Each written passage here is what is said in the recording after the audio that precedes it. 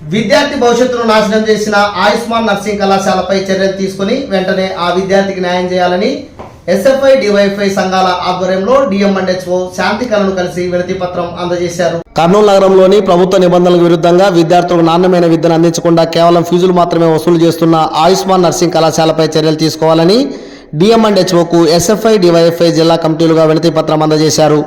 ఈ సందర్భంగా ఎస్ఎఫ్ఐ జిల్లా అధ్యక్ష కార్యదర్శులు రంగప్ప, అబ్దుల్లా, డివైఎఫ్ఐ జిల్లా అధ్యక్ష కార్యదర్శులు రాఘవేంద్ర, నాగేష్ మాట్లాడారు. రాష్ట్ర ప్రభుత్వం అలాట్ చేసిన కన్వీనర్ కోటా కింద సీటు అలాట్మెంట్ అయిన తాజుద్దీన్ అనే విద్యార్థిని ఫీజులు కట్టాలని వేధిస్తున్నారన్నారు. ఆ విద్యార్థి ప్రభుత్వం నుండి ఫీజు రియంబర్స్మెంట్ వస్తే వెంటనే మొత్తం చెల్లిస్తానని చెప్పినా వినకుండా మొత్తం చెల్లించాలని, ద్వితీయ సంవత్సరం పరీక్షలకు అనుమతించకుండా విద్యార్థి జీవితాన్ని నాశనం చేశారన్నారు. ఫీజుల పేరుతో విద్యార్థి నుండి 70,000 రూపాయలు వసూలు చేసినా కూడా పరీక్షలకు అనుమతించకుండా భవిష్యత్తును నాశనం చేసేటువంటి ఆయుష్మాన్ నర్సింగ్ కళాశాలను పర్యవేక్షించి చర్యలు తీసుకోవాలని వారు తెలియజేశారు. అలాగే విద్యార్థి తాజుద్దీన్ని వెంటనే క్లాసులకు అనుమతించి పరీక్షలకు హాజరయ్యేలాగా ఆదేశాలు ఇవ్వాలన్నారు. కళాశాలలో యూనివర్సిటీ నిబంధనల ప్రకారం ఎటువంటి సరైన ల్యాబులు కూడా లేవన్నారు. నగరంలో ప్రభుత్వ నిబంధనలకు విరుద్ధంగా నర్సింగ్ కళాశాలలు నిర్వహిస్తున్న వాటిపై కూడా చర్యలు తీసుకోవాలని వారు డిమాండ్ చేశారు.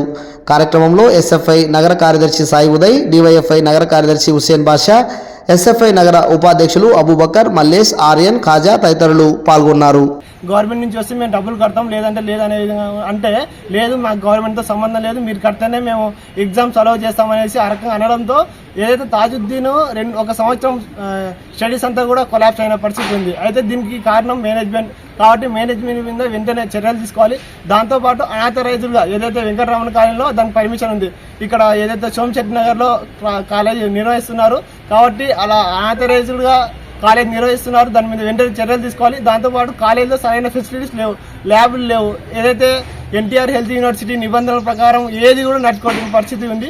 కాబట్టి వెంటనే ఆయుష్మాన్ కాలేజ్ పైన చర్యలు తీసుకోవాలని ఎస్ఎఫ్ఐ డిమాండ్. కళాశాల యాజమాన్యం ఆ విద్యార్థిని క్లాసుల నుంచి బయటికి నెంటేసింది కాబట్టి వెంటనే ఆ కళాశాల కూడా వెంకటరమణ కాలేజీలో పర్మిషన్ తీసుకొని ఈరోజు అక్రమంగా వేరే చోట నిర్వహిస్తున్నారు. కాబట్టి అనాథరైజ్డ్గా షిఫ్ట్ చేసుకున్నందుకు, అట్లాగే విద్యార్థుల్ని మానసికంగా వేధిస్తున్నందుకు, ఫీజులు ఎన్టీఆర్ హెల్త్ యూనివర్సిటీ ఏదైతే నిర్ణయించిందో దానికంటే ఎక్కువ ఫీజులు వసూలు చేస్తున్నందుకు, ఏదైతే విద్యార్థిని రోజు దూరం చేశారో చదువుకు, విద్యార్థి భవిష్యత్తు తాజుద్దీన్ భవిష్యత్తుని నాశనం చేసే విధంగా వ్యవహరించారో కాబట్టి వెంటనే ఆయుష్మాన్ నర్సింగ్ కళాశాల పైన చర్యలు తీసుకోవాలి, ఆ కళాశాల గుర్తింపు రద్దు చేయాలని చెప్పేసి మేము కోరుతున్నాం.